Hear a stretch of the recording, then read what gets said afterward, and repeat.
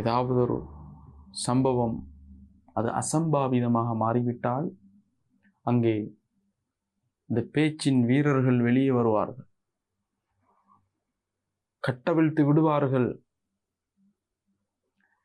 இதை இப்படி செய்திருக்கலாமே, இதை இவ்வாறு செய்திருக்கலாமே, நான் சொன்னேன் தானே, நான் நினைத்தேன் இவ்வாறு தான் நடக்கும் என்று நடந்து முடிந்துவிட்ட நிகழ்வில் நல்லவர்களுடைய ஆறுதல் வார்த்தைகள் என்னவென்றால், விடுங்க, அல்லாஹ்வுடைய நாட்டம் ஏற்பாடு,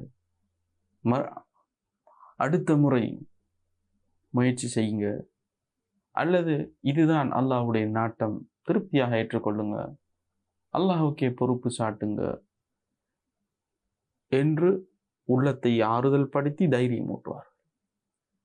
ஆனால் மறுமுனையில் இருக்கக்கூடிய மனிதர்கள் தன்னுடைய நாவினால் வீராப்பு வசனங்கள் பேச ஆரம்பிப்பார்கள். களத்தில் இல்லாத மனிதர்கள் அந்த நேரத்தில் வந்து பல வைவர்ண வார்த்தைகளை சொல்வார்கள். இவர்கள் சந்தி சந்தியாக அலைந்து திரிந்து வார்த்தைகளை விற்று பாவத்தை சம்பாதிக்கக்கூடியவர்களாக இருக்கிறார்கள்.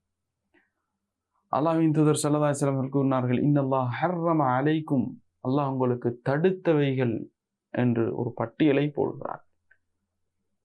பெற்றோர்களுக்கு நோவினை செய்வதை அல்லாஹ்வின் தூதர் அவர்கள் கூறினார்கள். அதே பட்டியலில்